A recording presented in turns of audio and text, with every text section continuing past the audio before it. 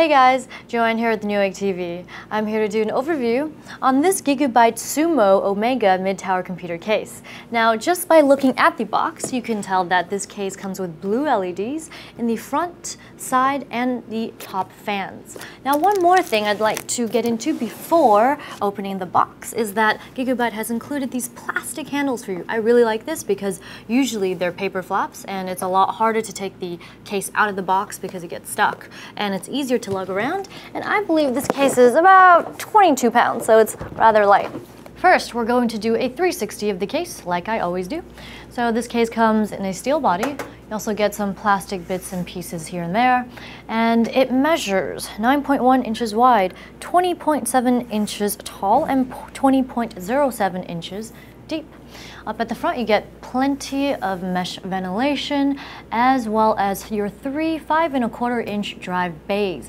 The covers are easily removable. Just pinch together these two tabs, and there we have it. Also comes kind of with like a little dust filter here too. And you know what? I'm just going to take them all out so you can go ahead and see what the drive section looks like. I'll also remove the front panel, but in just a little bit so it doesn't disrupt the flow too much. Now, also, of course, you get pre-installed two 120mm blue LED fans. Now, on this side, you get plenty of honeycomb ventilation for your side included 200mm fan, also blue LED, and it comes with its own fan speed controller for low, stop, and high. There we go. And it also comes with a very well-placed dust filter that meshes with the design. And here we have it. Let's slide this back in. Also, on the side of the case, you get another dust filter. Now moving right along to the rear, you get these rather stiff rubber grommets for threading your cables through or your water cooling tubes, and you get a pre-installed 120mm rear fan, which is not LED, and next to that a knockout for your input-output shield on your motherboard, 8 expansion slots, some more honeycomb ventilation, and a power supply mount on the bottom, as well as a dust filter. Oh, what is this? All right. And that covers it for the 360. All right, so now I'm going to use my limited arm strength to take off this front piece here. So here I go. Oh, it wasn't so bad after all. All right, so inside, you also get 2 more dust filters for these front fans. How awesome is that, right? Very easy to take off. And here's a look at your 2 GIGABYTE LED fans. Now, if we look at the top of the case, let's start on this end. We'll take a look at the ports first before we get to the fan mounts. So you get a power button, of course, a reset button, and you also get this recessed area here where you can place small accessories or snack items, like I would. All right, now next to that, what I like is that they've included these protective rubber covers over these ports, so let's first take them out.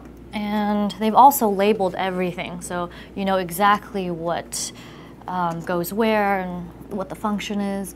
So here we go. Over here is a fan LED on-off button. And then you also get 2 USB 2.0 ports, 2 USB 3.0 ports, your headphone and microphone jacks, as well as a card reader. I love these because I take a lot of pictures, so this is very helpful. This is for SD, MMC, and MS cards, all nicely labeled. Next to that, individual fan speed controls, 3 speed settings for the rear, the top, and the front fans. And next to that, you get a docking station, hard drive docking station for your 3.5 as well as 2.5 inch drives, so it makes it easier to swap them in and out. And now to take off this top piece. So push this tab down here and it'll just give very easily. One second, I'm just at a very weird angle. There we go. Now inside you get included 2 120mm blue LED fans, just like the front. However, you do get the option to install a 240mm radiator as well. let's move on to the bottom. On the bottom, you get raised feet with some rubber padding here to help improve circulation as well as reduce vibration. So here are some large honeycomb ventilation for where your power supply sits, as well as a mount for a 120mm fan. Here's a look at the right side of the case. Just going to remove these thumb screws and slide off this cover. It is very easy, smooth, comes off smooth. And inside, you get a cutout for your aftermarket heatsink, rolled edges so you don't cut yourself. I see this feature on a lot of cases these days, very thoughtful. And you get plenty of tie-down points as well as plastic clips, which also help to manage your cables. Just push to release and to fasten, like so. They've also went ahead and organized these cables here for you. So just push to release these latches, and of course, just push to secure them. Now, next to that, you get your drive cages, which I will go into more detail when I go into the interior of the case. You get 25mm of space behind the motherboard tray to route your cables, as well as motherboard compatibility. I'd like to go over that here.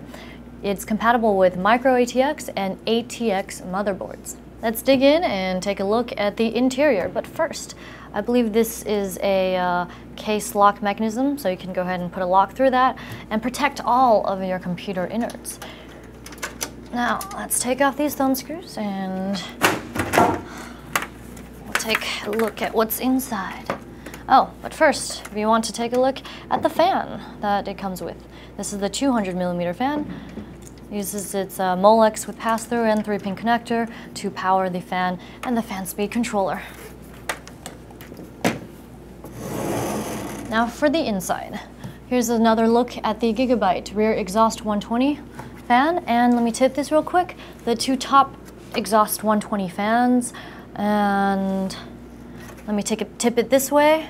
You also get these raised foam padded rails for your power supply, so it helps to circulate the air as well as improve the vibration. So it also comes with motherboard standoffs for your ATX boards, and let's take a look at this Velcro tied front panel connectors. This blue one is your 20-pin USB 3.0 header. And what are these? These are, I believe, your audio. Yes. Oh, this is the card reader connector. And it's USB 2.0. The SATA for the dock at the top. And power reset and LED connectors.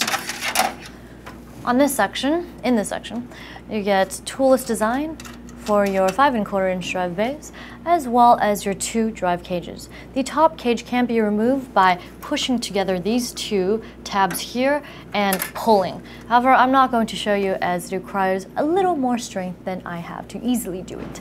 Now, you get 8 drives, so I'm just going to take out one.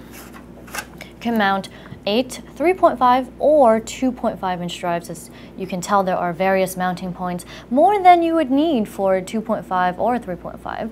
That is because you can mount an 80mm fan or a 92mm fan in here.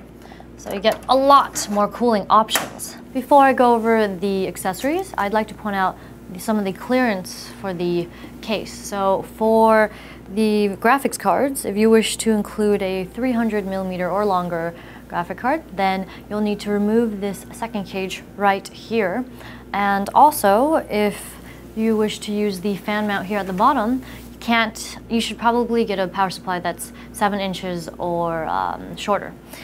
And now for the accessories. So they've included for you what looks like 2 fan filters for 120mm fans. And inside this box, one moment, you get these rubber pads for your hard drive, so it helps reduce the vibration. In this bag, you get a bunch of things, but here is a motherboard speaker. You get standoffs, washers, as well as other mounting hardware. Twist ties, a Velcro tie, very nice. And of course, the all-important user manual. Let's just turn to a page or two. Shows you how to set up everything in the case, and that covers it.